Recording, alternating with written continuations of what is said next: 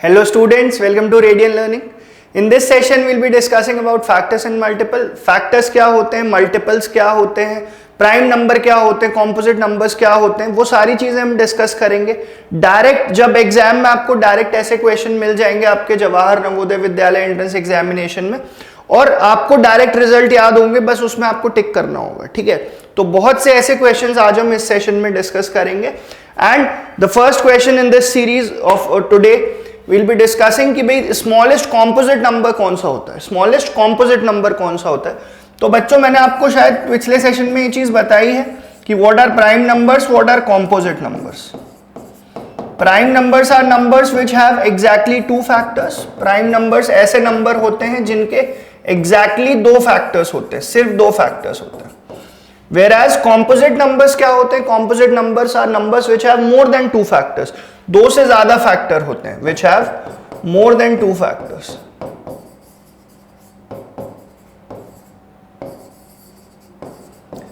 Right? So we know कि prime numbers कहां से शुरू होते हैं? 2, 3, 5, 7.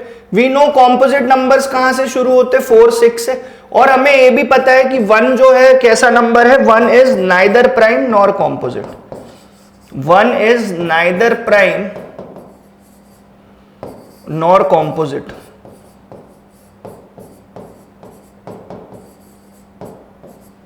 ठीक है, तो इस क्वेश्चन को अगर हम आंसर करें the smallest composite number, composite numbers बहुत सारे होते हैं बट इस क्वेश्चन का आंसर क्या होगा? स्मॉलेस्ट, सबसे छोटा कॉम्पोजिट नंबर कौन सा है बच्चों?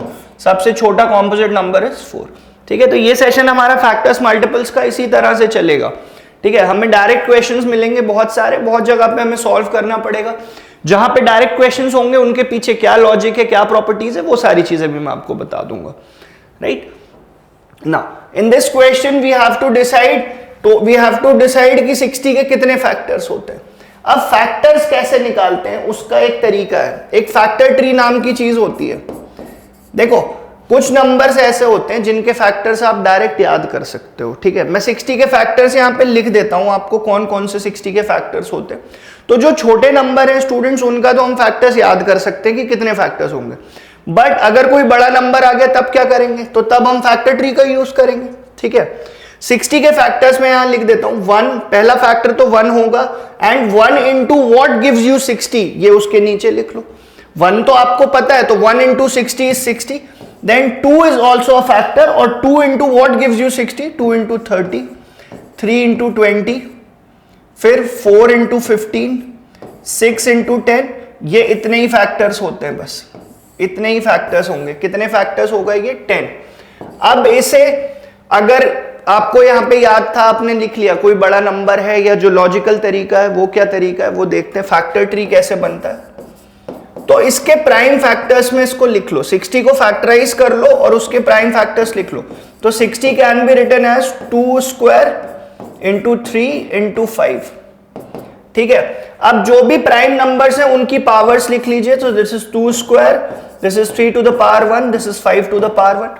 अब पावर्स जितनी भी हैं बच्चों, ध्यान क्या रखना है, पावर्स जितनी भी है उसमें +1 करके मल्टीप्लाई कर दो.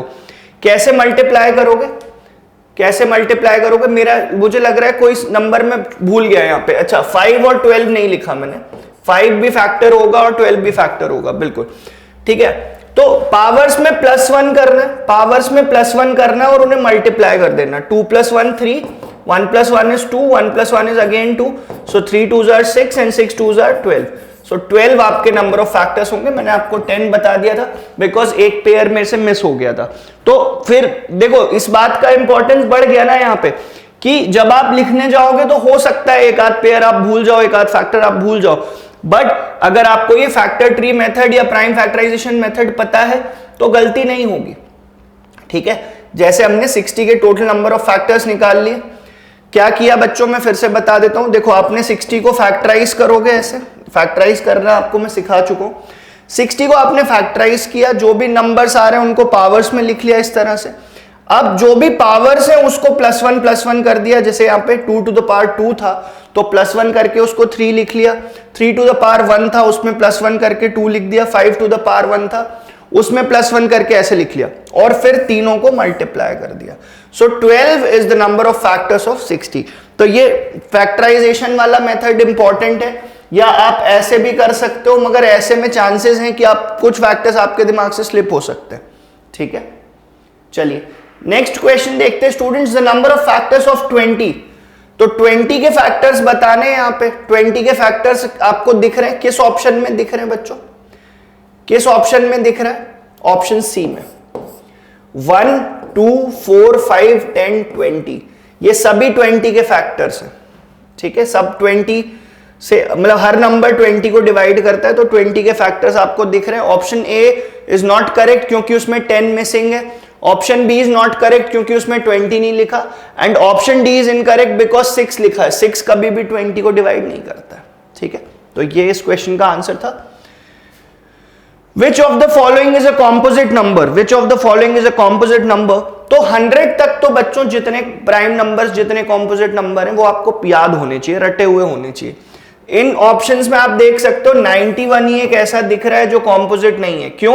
क्योंकि 91 के फैक्टर्स होते हैं 1, 91 and 7 into 13 is also 91. So 91 has 4 factors.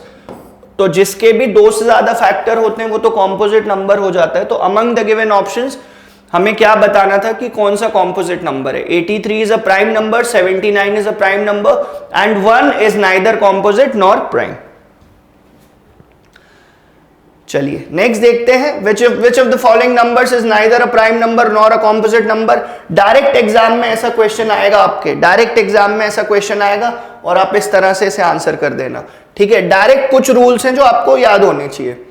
Smallest odd prime number, smallest odd prime number कौन सा होता है? स्मॉलेस्ट इवन प्राइम नंबर कौन सा होता है? ये लिख लेते हैं, स्मॉलेस्ट इवन प्राइम नंबर लिख लेते हैं पहले। smallest even prime number is 2 and smallest odd prime number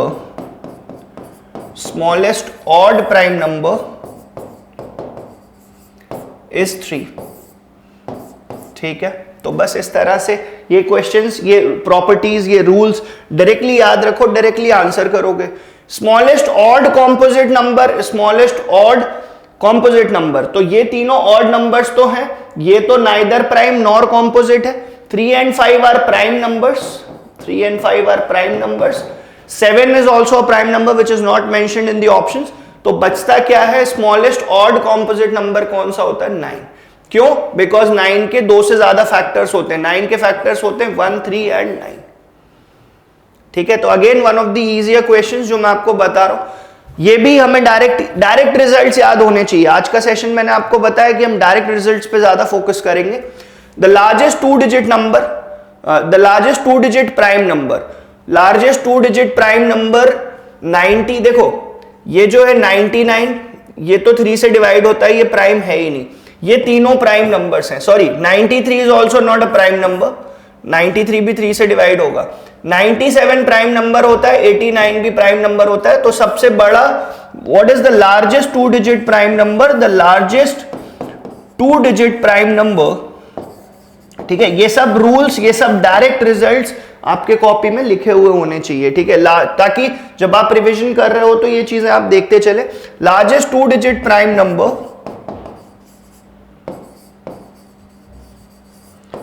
largest 2 digit prime number is 97। Smallest 2 digit prime number भी बच्चों लिख लो। अगर लार्जेस्ट पूछा है तो एग्जाम में स्मॉलेस्ट भी आ सकता है। स्मॉलेस्ट 2 डिजिट प्राइम नंबर होता है 11।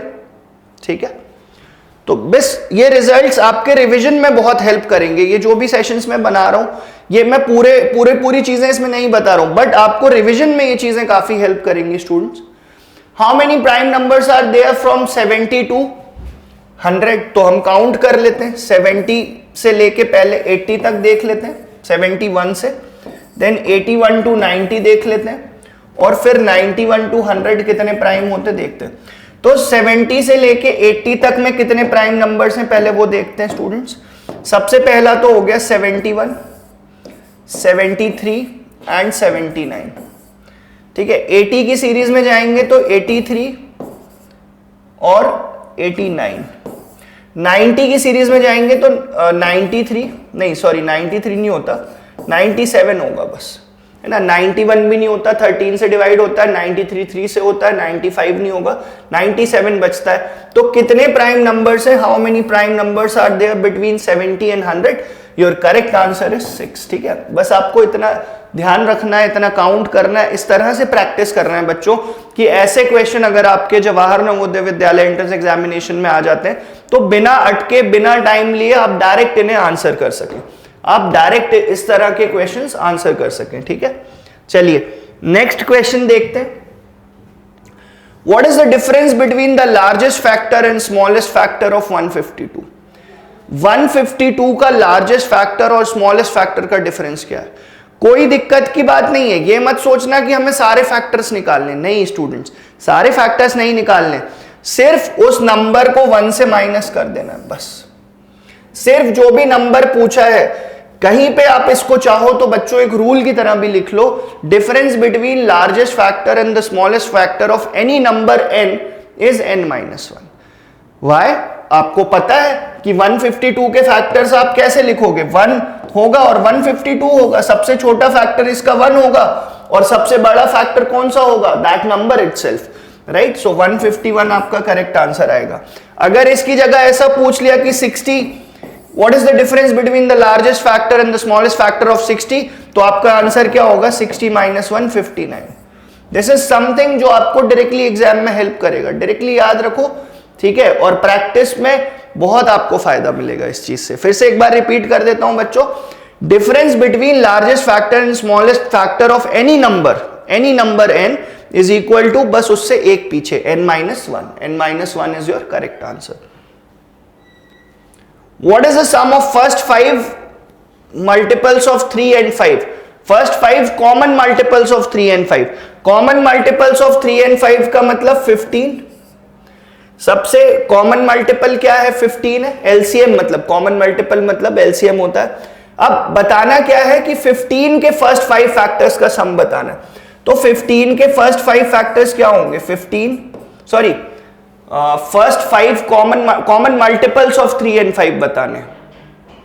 What is the sum of first 5 common multiples of 3 and 5? हाँ, तो 15, 30, देन 45, 60 and 75। आप इन सबको ऐड कर लीजिए, तो 15 और 75 कितना हो गया, 90, 30 और 60 भी हो गया 90 and 45। So 90 is 180, 180 plus 45, 225 is your correct answer। Again कुछ नहीं है, जो बात बोली है, 3 और 5 का एलसीएम निकाला और उस एलसीएम के फर्स्ट 5 मल्टीपल्स हमें देखने थे। सो एलसीएम वाज 15 और 15 के first 5 multiples will be 15, 30, 45, 60 and 75। बस उन्हें ऐड करना था।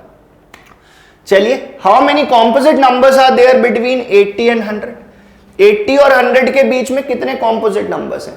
कॉम्पोजिट नंबर्स काउंट करने जाओगे तो टाइम लगेगा। प्राइम नंबर्स काउंट कर लो और माइनस कर दो 20 से।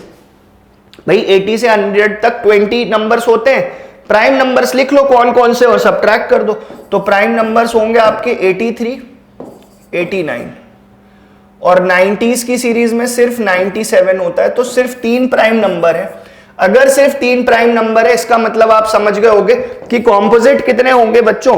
The number of composite numbers between 80 and 100 will be 100 minus the number of prime numbers. Prime numbers हटा दो, 100 से माइनस कर दो, सॉरी 100 से नहीं, 20 से माइनस कर दो। So 20 minus 3, 17 is your correct answer. So students, that was our session on factors and multiples. जल्दी मैंने आपको सारे इंपॉर्टेंट रिजल्ट्स बताएं ताकि एग्जाम में अगर आता है तो आप जल्दी से इन क्वेश्चंस को डायरेक्ट कर सकें, ज्यादा टाइम ना लगे। तो कमेंट्स में मुझे लिख के बताइएगा सेशन आपको कैसा लगा। Thank you students.